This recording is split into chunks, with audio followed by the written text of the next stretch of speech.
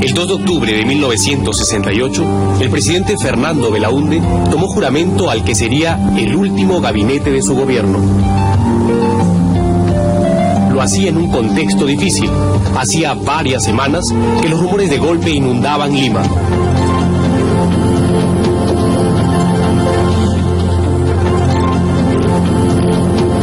Diversas autoridades asistieron al besamanos del flamante gabinete presidido por Miguel Mujica Gallo. Entre estas, destacaba nítidamente el general Juan Velasco. La presencia del comandante general del ejército y jefe del comando conjunto restó importancia a los rumores de golpe. Yo estuve en la juramentación de ese gabinete y la persona que estaba a mi lado, cuando en lo que llaman el besamanos, de repente me dice: ahí está Velasco, no hay golpe. Y efectivamente había entrado Velasco para felicitar al gabinete, sabiendo que esa noche iba a haber golpe. Esa noche, tras reunirse con un grupo de agricultores del norte, Belaúnde se retiró a su dormitorio en Palacio. Se encontraba allí de visita a su hija Carito, que vivía en México. Belaúnde no pudo conversar con ella, se sentía muy cansado y decidió acostarse más temprano que de costumbre.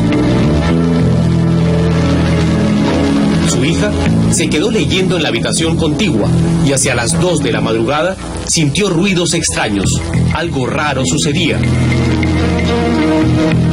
Despertó a Belaúnde y le advirtió de la presencia de tanques en la plaza de armas. El arquitecto se vistió rápidamente. Intentaba comunicarse con sus ministros militares cuando sintió pasos en el techo, seguidos de los primeros disparos de la noche. De pronto, un grupo de militares armados de metralletas irrumpió en su dormitorio. Belaúnde fue sacado en vilo de Palacio por un grupo de oficiales comandados por los coroneles Enrique Gallegos Venero y Rafael Hoyos Rubio. Mientras tanto, el general Velasco coordinaba las acciones desde la Escuela Militar de Chorrillos. La noche del 2 al 3 de octubre recibí una llamada del general Montañi a la 1:30 de la mañana, en que me indicó la actitud que ellos habían tomado. Me dijo pues que la Fuerza Armada se había rebelado y que lo habían ya destituido al presidente Belaúnde. Que ¿cuál es su opinión? Me dijo. De acuerdo, le dije. Entonces me dijo, fíjese, entonces véngase aquí al CIM, al Centro de Instrucción Militar del Perú. Cuando llegué al CIM, el general Velasco ya me abrazó, me dijo, ¿cómo estás? Bueno, me dijo, ¿qué te parece esto? Muy bien, le dije, pues era lo que el país esperaba, porque efectivamente la cosa estaba muy mal. La madrugada del 3 de octubre, mientras nuevos contingentes se sumaban a la rebelión en Chorrillos, Belaúnde fue conducido al aeropuerto Jorge Chávez y embarcado en un avión de aerolíneas peruanas. Fuertemente custodiado, el avión partió a primera hora rumbo a la Argentina, donde Belaúnde inició un largo destierro. Seguramente se han movido ambiciones para detener el régimen constitucional que presido. No puedo decir más, porque me lo impide una elemental cortesía para con la Argentina y para con su gobierno.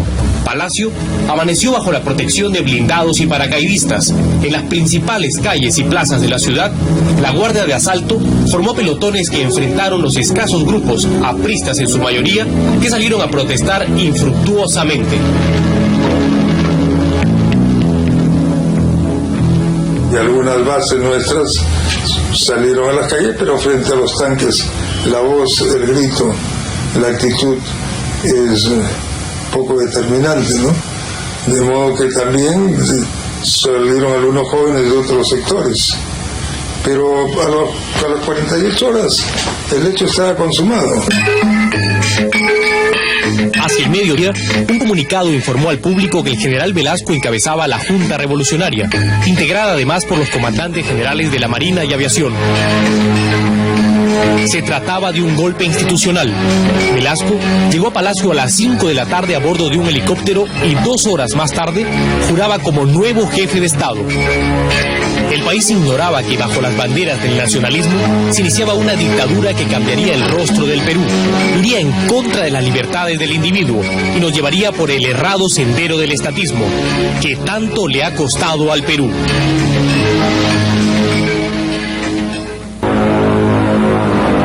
A los 6 días de instalado el gobierno militar, el 9 de octubre de 1968, el general Velasco anunció, como un acto nacionalista, la toma de los yacimientos petrolíferos de La Brea y Pariñas y la expulsión de la transnacional International Petroleum Company.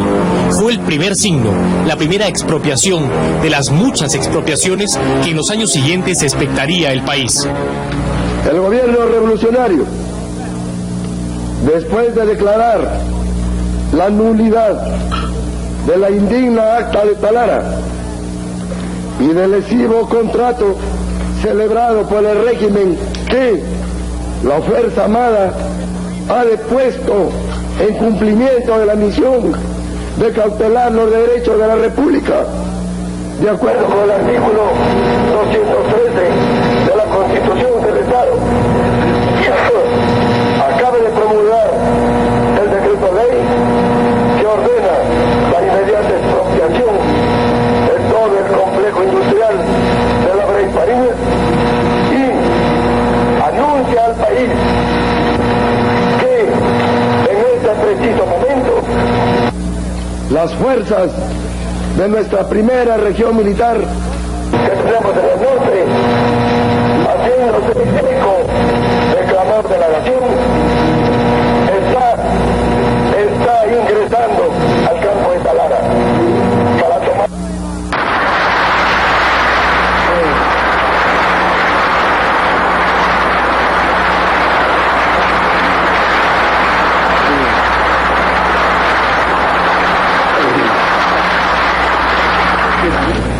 Está ingresando al campo de Talara para tomar posesión de todo el complejo industrial que incluye la refinería. Y con la más alta emoción patriótica hace flamear el emblema nacional como expresión de nuestra indiscutida soberanía. El problema del petróleo y el famoso escándalo de la página 11 fueron el combustible para el golpe de Velasco, pero no fueron las razones de fondo. La ruptura del orden democrático se debió a la crisis del gobierno que encabezaba el arquitecto Fernando Belaúnde. Sin mayoría en el Parlamento, dominado por la oposición del APRA y la Unión Odrioísta, que censuró docenas de ministros, Belaúnde fue incapaz de solucionar los conflictos. Promesas electorales nunca cumplidas, aparición de focos guerrilleros y una traumática devaluación que hizo saltar abruptamente al dólar de 28 a 40 soles fueron creando el ambiente para más de una conspiración contra la democracia. Confluyen dos conspiraciones, una conspiración de derecha y una conspiración de izquierda. La derecha que protestaba básicamente por los impuestos, la gran reforma impositiva que había hecho Manuel Ulloa del Ministerio de Economía, que entonces se llamaba Ministerio de Hacienda, y la izquierda porque decía que Belaúnde no había cumplido con las promesas que había hecho de grandes reformas, y en el fondo los dos lo que tenían era temor a la victoria del APRA, que se anunciaba prácticamente para las elecciones que iban a tener lugar 9 meses después. Los conspiradores de derecha estaban encabezados por el general Julio Doig Sánchez. Este proceso se inicia con una conspiración que es más una conspiración de derecha contra el gobierno del presidente Belaúnde, conspiración cuyo representante más conspicuo del ejército era el entonces general Julio Doig Sánchez, que era el comandante general del ejército. Y esta conspiración o estas reuniones conspirativas se llevan a cabo en el yate del señor Mariano Prado, a donde van concurriendo una serie de personajes y donde al final también concurre el general Velasco. El general Doig Fue cesado por el presidente Belaúnde y el camino de Velasco quedó abierto. Asumió la comandancia general del ejército y organizó un compacto grupo de 4 coroneles con los que inició la captura del poder.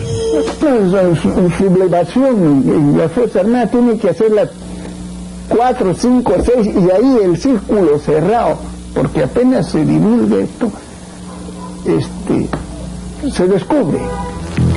Vestidos de civil, los coroneles Rafael Hoyos Rubio, Enrique Gallegos Venero, Leonidas Rodríguez Figueroa y Jorge Fernández Maldonado se reunían en una discreta oficina del edificio Marzano en Miraflores.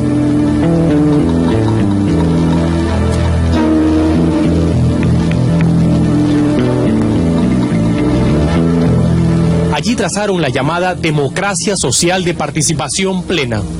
Las principales reformas y las múltiples expropiaciones que caracterizarían la dictadura velasquista. A finales de los años 60, estaba instalado el régimen militar que cambiaría la historia del Perú.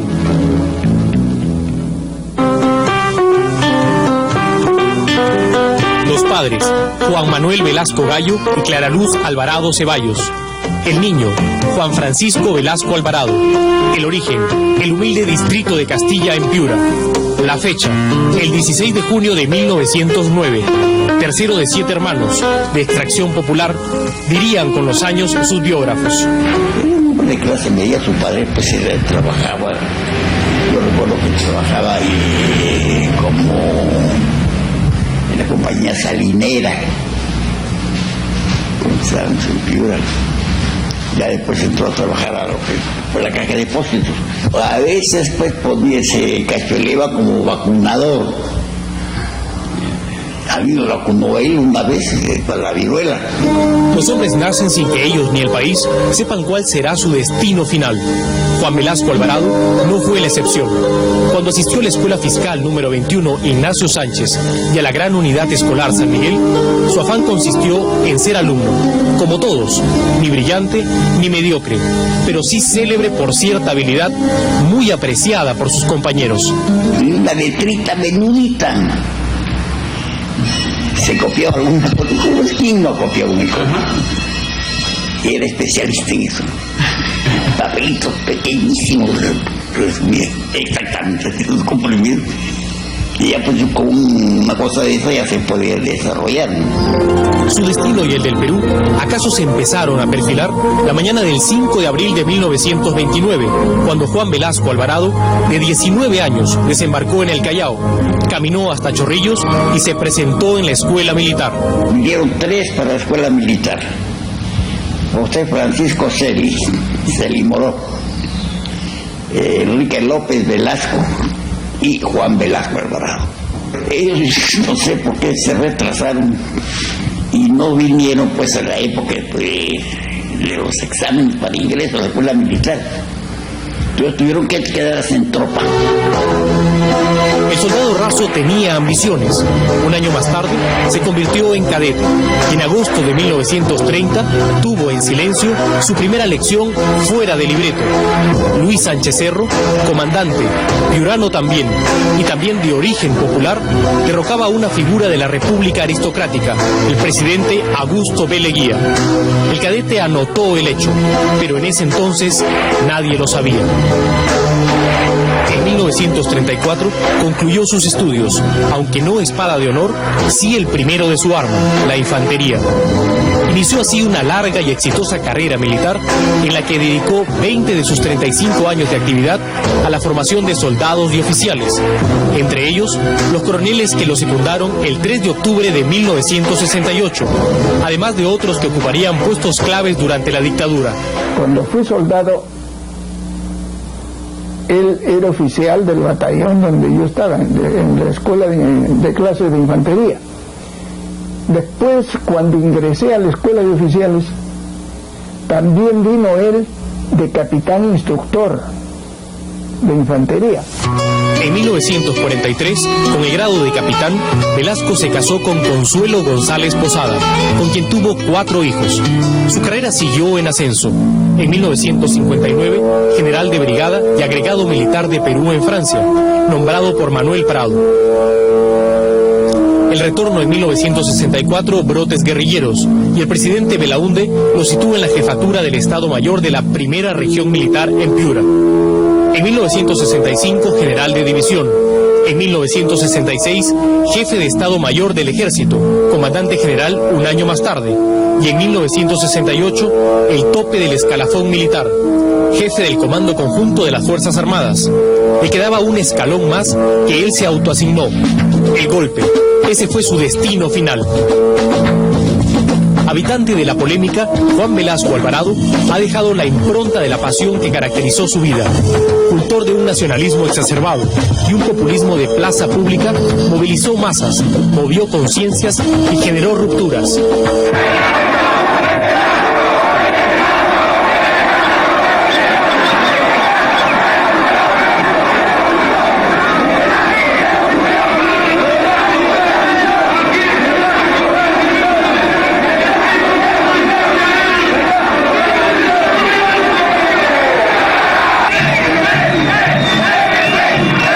Que hizo vibrar a amplios sectores de la sociedad peruana. Es verdad que modificó al Perú tradicional, pero también es verdad, en el implacable juicio de la historia, que su tiempo fue el tiempo de los discursos, de los despojos y sueños revolucionarios cuyos excesos todavía afectan al Perú.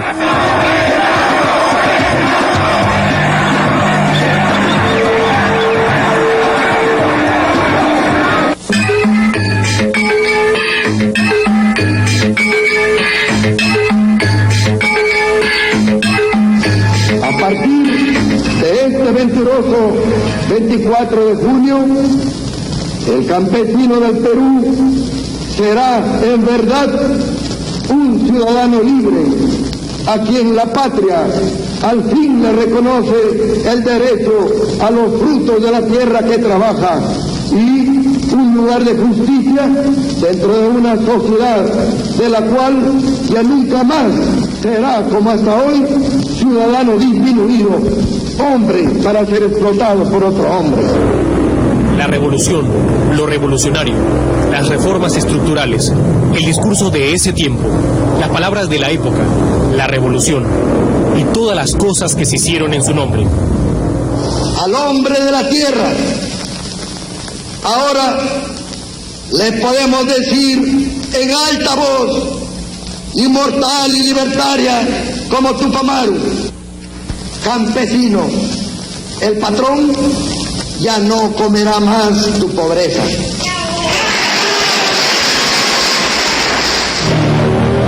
Con un estilo de agitación antes que de conducción del país, el régimen militar se afilió a un discurso socialista. Nosotros en el Perú esta revolución está en plena ejecución con la reforma agraria. Está en plena ejecución. Ahora, las tierras, ¿quién las ha recibido? Las ha recibido el campesino, el gran campesinado que tenemos. No, se han favorecido con las tierras.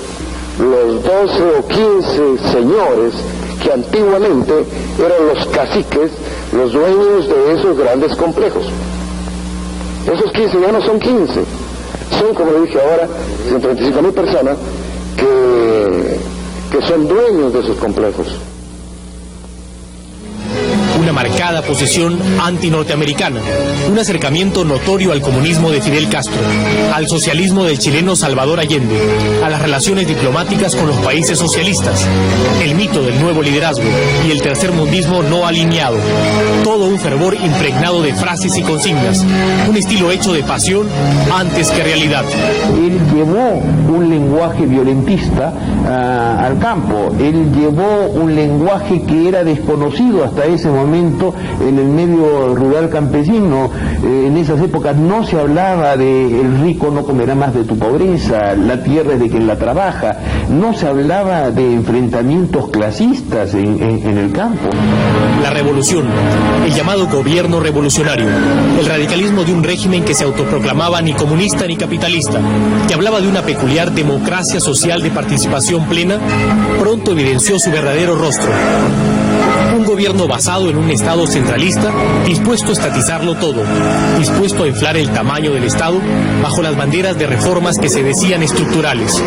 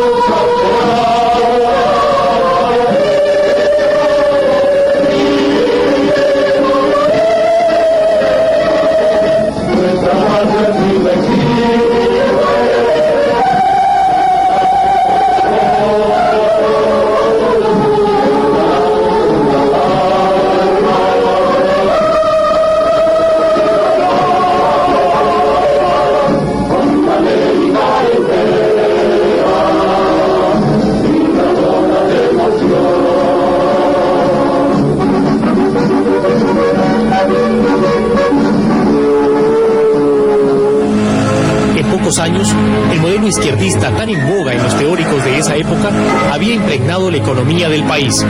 Gigantismo estatal, controlismo, proteccionismo, propiedad colectiva y la asfixia de la capacidad productiva y la iniciativa privada. Una de las leyes más absurdas y que más daño ha hecho al país, la economía industrial. Claro, que filosóficamente era interesante. Si nos reunimos con los trabajadores y empresarios, podemos producir más, podemos trabajar mejor, pero era mentira más grande. ¿De dónde vino toda esa teoría? ¿De dónde todos esos experimentos? La dictadura militar se sustentaba en un grupo de teóricos agrupados en el Sistema Nacional de Apoyo a la Movilización Social, SINAMOS. Carlos Delgado Olivera, ideólogo principal del régimen. Carlos Franco, teórico a ultranza. Héctor Béjar, con un pasado comprometido con la guerrilla que surgió en los 60s. Y el joven e impetuoso Francisco Guerra García. Éramos gentes que teníamos de alguna manera especialidades diferentes, y nosotros respecto de muchos temas y en muchas ocasiones hemos participado en esas discusiones que sentaban la base, sobre la base del cual el Consejo de Ministros tomaba sus decisiones. Por ejemplo, usted... reforma agraria, propiedad social, comunidad industrial, yo diría que todos los grandes procesos. Sin embargo, empezamos a ver que todo este aparato de SINAMOS empieza a caer en manos de gente que tenía una clara identificación de izquierda, y muchos de ellos de izquierda marxista. Yo creo que el aparato creado rebasa al sistema que se había ideado y rebasa la conducción de los jefes del sistema. Toda la retórica y todas las reformas promovidas por el SINAMOS se debatían en el poderoso Comité de Asesoramiento de la Presidencia, el COAP. Llegaba al COAP, desarrollaba mi trabajo despachando todos los decretos leyes, proyectos de decretos leyes, proyectos de resoluciones supremas que llegaban ahí y que tenían que ser aprobadas por el Consejo de Ministros. Y estuve dentro de los equipos de los coroneles de que disponía. Así, de capilla en capilla, en entornos secretos y ajenos a la opinión pública, se iba decidiendo el destino del Perú. La dictadura militar era también autoritaria e impermeable a la crítica, y su lado más oscuro asomó con la apropiación y despojo de los medios de comunicación. 4 de marzo de 1970, el régimen militar captura el diario Expreso. En horas de la mañana, un contingente militar ingresa a las instalaciones y Expreso es entregado a los llamados mastines de la dictadura. 9 de noviembre de 1971, apenas un año después, el siguiente abuso de la dictadura militar, empeñada en silenciar toda crítica, tuvo como víctimas a las estaciones de televisión, que fueron expropiadas en base a la prepotente ley de telecomunicaciones. En ese tiempo, el país expectaba por parcelas lo que ocurría. Casi nadie protestó. Apenas un breve editorial del Comercio fue el único reclamo. El silencio complaciente de los demás medios no los libró. En 1974 les llegó el turno. Fueron confiscados todos los diarios. La libertad de expresión había sido liquidada. La intolerancia estaba instaurada. Deportaciones, clausuras, expropiaciones.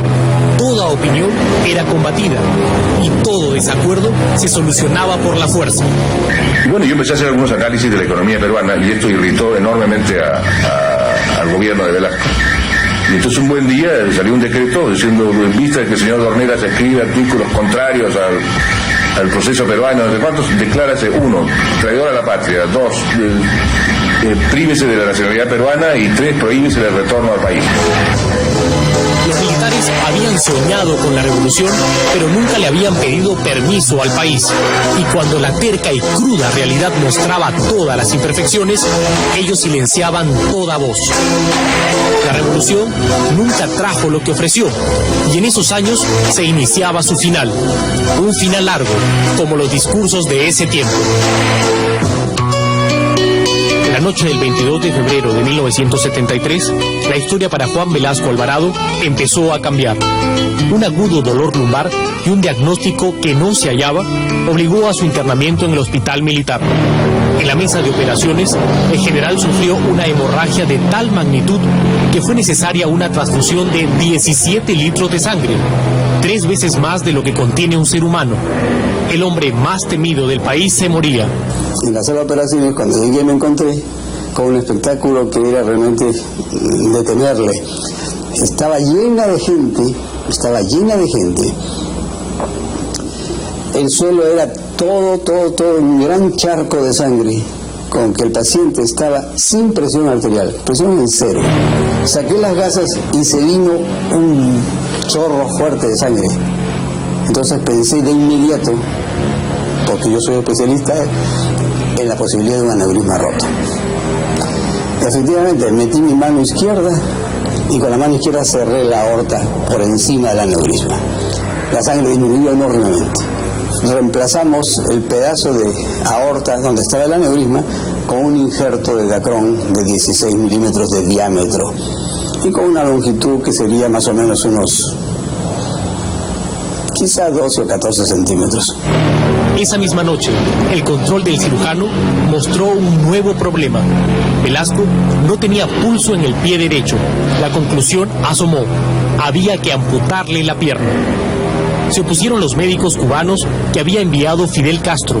Habían venido como 15 médicos de Cuba y como 10 enfermeras. Habían venido por lo menos 25 personas de Cuba mandadas por Fidel Castro. El jefe del grupo médico, que es un cirujano vascular, y que además es un hombre muy adicto a su dictador, ¿no? A su caudillo, no sé cómo lo llaman a Fidel. Entonces tuvimos un poco de discusión porque él me dijo: yo no le cortaría la pierna a Fidel Castro. Yo le dije: pues yo creo que al presidente o se le corta la pierna o se muere. Finalmente, la decisión quedó en manos del propio Velasco. El anestesista lo despertó y cuando yo ya noté que estaba completamente consciente, le dije: mi general, tenemos un problema. Él muy consciente me dijo: sí, la pierna, me dijo. Así es, le dije. Esa pierna que lo está maltratando a usted, hay que cortarla. Entonces me dijo: si no se corta, va a perder usted la vida. Necesitamos su autorización para poderla cortar. No se puede amputar a nadie sin autorización del dueño de su pierna. Entonces me miró y me dijo: córtenla. Velasco salvó la vida, pero desde esa noche empezó a perder el poder. Limitadas sus capacidades físicas, se limitó su capacidad de acción. Luego de esa recuperación él reasume su cargo, pero entonces tiene que cumplir todas las mañanas, hacer ejercicios, le ponen una pierna ortopédica, tiene que aprender a caminar de nuevo. Esto es sumamente doloroso para él, pero continúa su jornada hasta las 5 de la tarde. A las 5 de la tarde ya él se retiraba. El régimen también estaba enfermo. Incubaba desde sus inicios una crisis económica que se intentaba soslayar, aun cuando ya era evidente. 5 de febrero de 1975, el preludio del final del velasquismo. La noche anterior, la policía se había declarado en huelga y un nutrido grupo de efectivos se atrincheró en el cuartel de radiopatrulla. El ejército no dialogó, simplemente disparó. Al día siguiente, ningún policía salió a las calles. La ciudad desguarnecida se envolvió en una violenta jornada de disturbios y saqueos.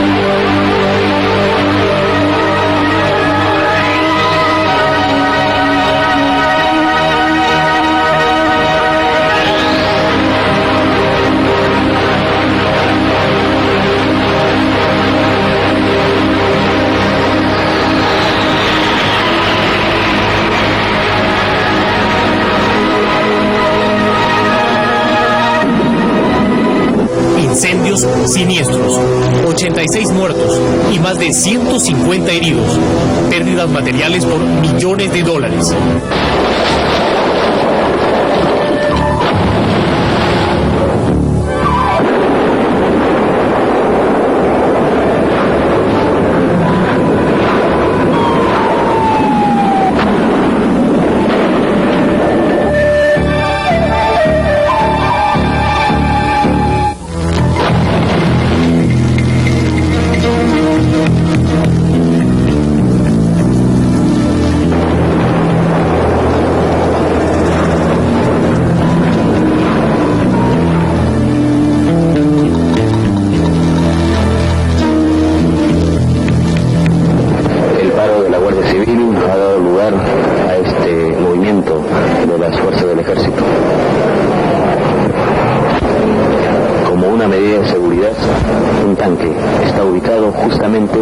En la Plaza Pizarro, a un costado del Palacio de Gobierno. Son un total de 3 tanques, 2 vehículos blindados y 2 camionetas jeeps que están aquí frente al Palacio de Gobierno. Es una medida de seguridad debido a los tumultos que han ocurrido toda esta mañana en distintos puntos de la capital. Toque de queda a partir de las 8 de la noche y por primera vez una evidencia, el consenso en la Fuerza Armada para relevar al general Velasco. Solo faltaban las respuestas para 2 preguntas: ¿quién y cómo debía ocupar ese lugar?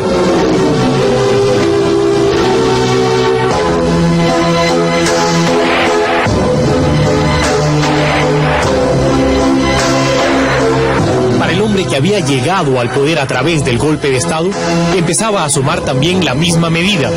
Era cuestión de tiempo. En Palacio de Gobierno había un hombre herido, ya no el dictador implacable. Los meses siguientes trajeron el final. El general había nacido en el norte, pero desde el sur llegó el final, su final. La historia volvía a repetirse. Velasco había llegado a la cumbre del poder desde la Comandancia General del Ejército y tuvo que dejar esas alturas por designio de otro militar que ocupaba igual cargo.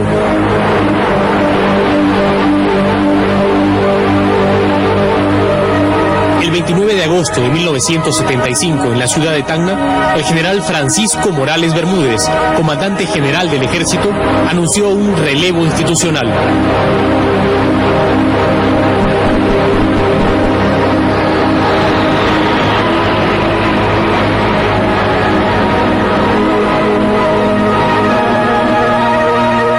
Revolucionario vitoriado, el hombre que había hablado de movilización social y participación plena, en la tarde de ese 29 de agosto salió de Palacio de Gobierno, sin masas, sin pueblo, sin voces.